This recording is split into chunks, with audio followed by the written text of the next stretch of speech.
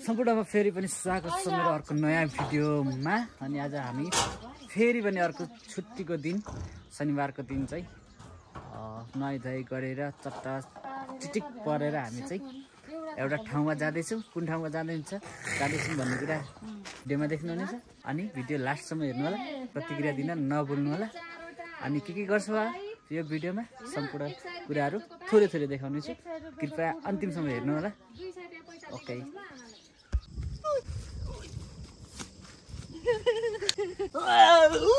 अब चाहिँ हामी टक्क लाएर सामानहरू बोकेर अगाडि लागिरहेछौँ। मेरो साथमा हुनुहुन्छ होइन होला। अनि हामी कहाँ जाँदैछौँ अहिले भन्नुपर्छ लास्टमा। आजको तेल्लोको मौसम यस्तो रहेको छ। अनि अलि मासतिर आइपुग्यौँ यो टर्निङ छेउमा। अनि आजको अपेक्षा चाहिँ के छ त हाम्रो? के गर्ने अपेक्षा छ? नगएको माथि टाढोमा तर गलेर हैरानी आइपुग्दा नसकेर अस्तिको भिडियोमा पनि देखिनु भएको छ उहाँलाई चाहिँ होइन। पानीले पनि गरिहाल्छ। अति मेरो कान्छी साली हो। अनि उहाँ चाहिँ मेरो भन उता हाम्रो म्याडमको त धेरै एउटा भिडियोमा आइसक्नु भएको छ होइन। यसरी बिस्तारै बिस्तारै जाँदैछ। म यस्तो स्यासा पनि भइरहेछ। अनि अहिले हामी चाहिँ यहाँ पुगेको छौँ ठ्याक्कै यो यस्तो दामी ठाउँमा। वाउ, जस्ट वाउ, हेर्नु त। आहा, तल बाटो अनि माथि पहाडको चुचुरो अनि पारीको डाँडा काँडाहरू। अनि हामी चाहिँ यहाँ अहिले किन आएको भन्दाखेरि छुट्टी मनाउन आएको, टिकटक बनाउन आएको। अनि टिकटक कतिवटा बनायो? अनि हामीले खानेकुराहरू पनि ल्याएको छ। यो जङ्क फुड चाहिँ नखानु भन्छ नि, तर अब प्रोत्साहन चाहिँ गरेको होइन। तर पनि यस्तो खानेकुराहरू ल्याएर आएको छौँ होइन। अनि हामी छाता पनि बोकेर आएको छौँ। अब यो ब्रान्डिङ गरेको होइन। अनि कस्तो लागिरहेछ त? ला लड्यो, टिप्नु न। गाइजहरू सामान ला यता खै भुइँमा धरेको खानु हुँदैन, यताको चाहिँ खानुपर्छ। खानु भने आउनु हो मन्दिर मिस।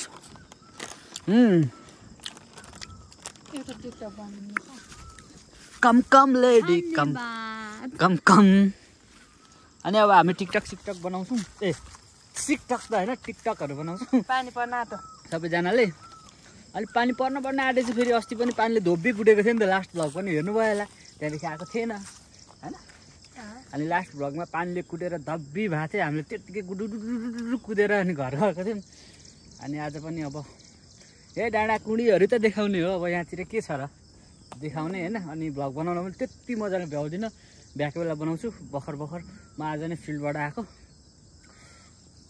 हेर्दै गर्नु होला के हुन्छ।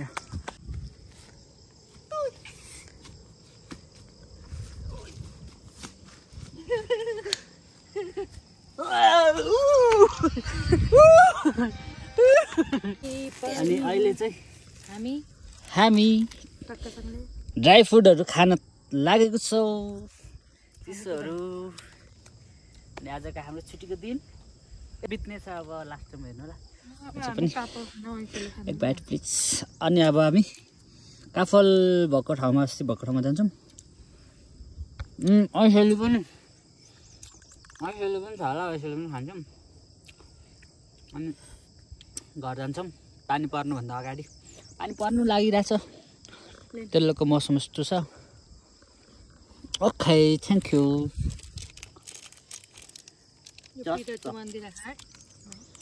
है सेलु खान आइपुगेको छौँ। काफल अस्ति माथि खायौँ, हजुरलाई देखाएको थियो। सेलु खायो आज, खान्छौँ खायौँ होइन खान्छौँ।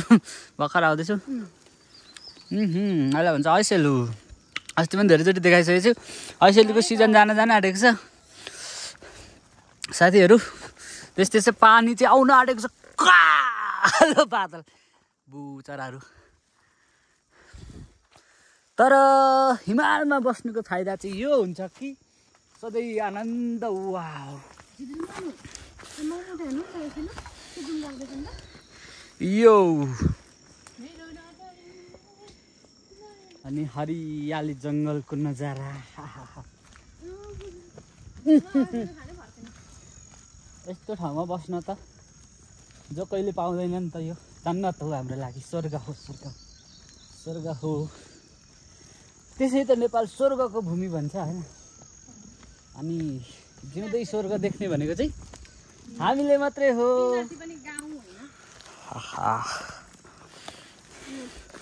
अनि गाउँको जीवनहरू चाहिँ यस्तै दिन्छ जङ्गलहरू यस्तो छ हरियाली जङ्गल चारैतिर काफल भएको रुख चाहिँ माथिको माथिको अब काफल चाहिँ आज खान भ्याइँदैन किनभने पानी परिसक्यो काफल खाने हो र ओहो त्यसो भने हामी काफल खान जाने अस्ति पनि खाएको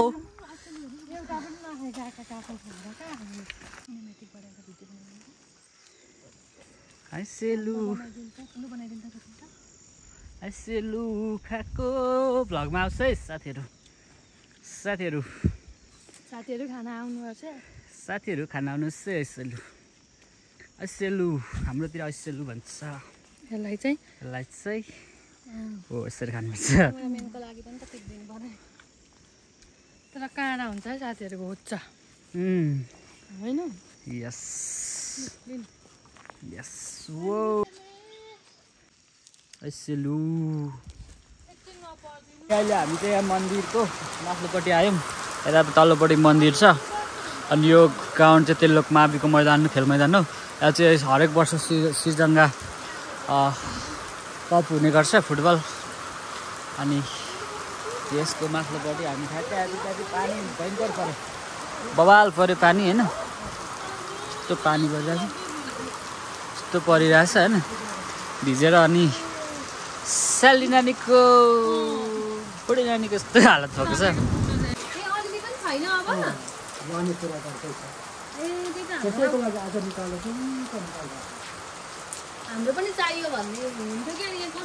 यहीँ राख्नु भएको नर्सरी उयो हो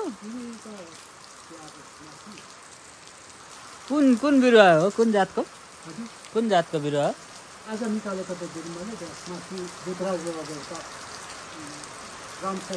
ए कसरी दिनुभयो मैले त सस्तो मस्तोमै त्यो पठाएँ कति जति पर्यो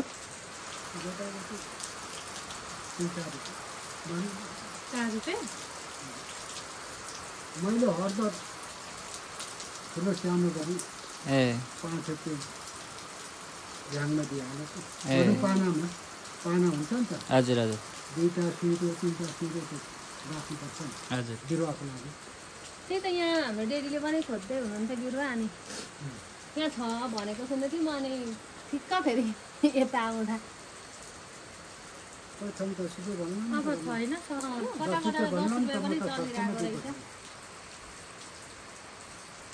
बिरुवाले त मर्गल त यस्तो मात्रै हुन्छ राम्रो हजुर त्यो रमाइलो हो यो चाहिँ कति हाइटसम्ममा हुन्छ हजुर कति उचाइमा लाग्छ भनेको यस्तै भूगोलमा लाग्छ यो हाम्रो त मध्य भाग पर्छ कि हजुर मध्य भाग लाग्छ होला कि रामसायहरू लाग्छ गिरमले पनि लाग्छ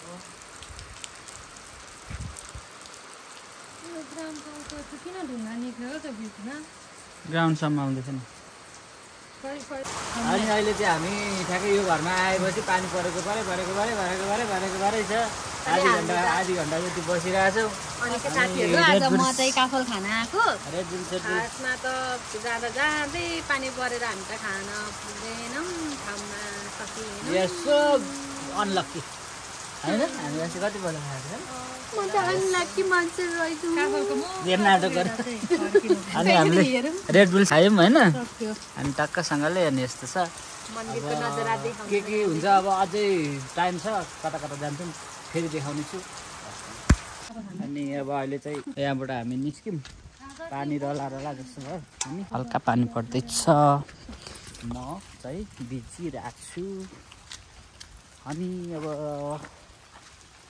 तल पानी अलि रह्यो भने मन्दिरमा गएर फोटोसोटो खिच्ने होइन भने फेरि लाग्ने ओह्रालो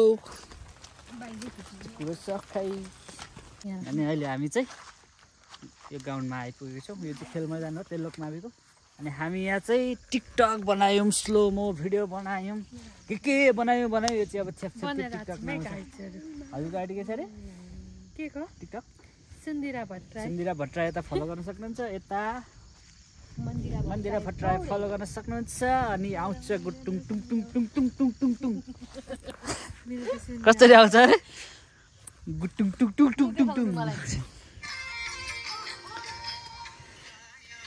अनि अहिले चाहिँ हामी फोटोसोटो खिचेर अब यो सिर्जङ्गा मिङसो माङहिमिङ यो चाहिँ प्रसिद्ध सिर्जङ्गा तेयङसी सिर्जङ्गा सिंह थेपेजीको मन्दिर छ यहाँनिर यसको बाहिर गेटमा आइसकेका छौँ अनि मन्दिरको गेट यस्तो छ मन्दिर चाहिँ सायद बन्द छ होला बन्द छ जस्तो लागिरहेको थियो तर मन्दिर खुल्लै रहेछ हजुर ए बुवा हुन्छ पानीले झन्डै कुटनी अनि ठ्याक्कै हामी यहाँ मन्दिरमा आछौँ सिर्जङ्गा सिंह थेपेको मन्दिर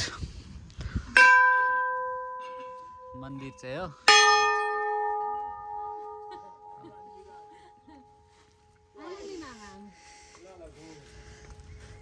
अनि मन्दिर यस्तो छ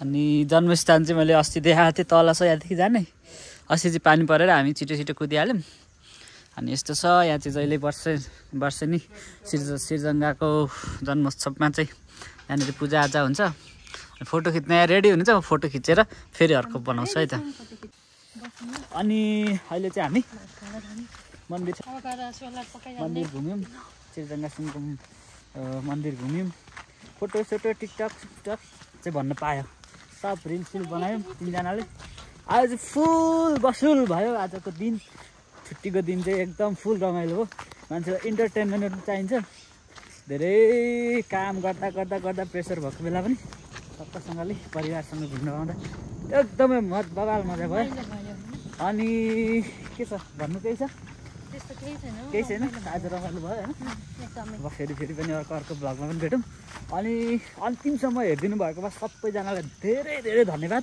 तपाईँहरूको माया साथले चाहिँ मलाई एकदम हौसला प्रेरणा मिलेको छ धेरै भिडियोहरू हेर्नुहुन्छ टाढाकोले पनि हेर्नुहुन्छ नेपाल भारत इन्डोनेसिया जापान पाकिस्तान सबै देशबाट हेर्दै हुनुहुन्छ धेरै खुसी लाग्छ अनि आजको भ्लगलाई चाहिँ म यतैतिर व्यस्त हान्छु okay bye see you next video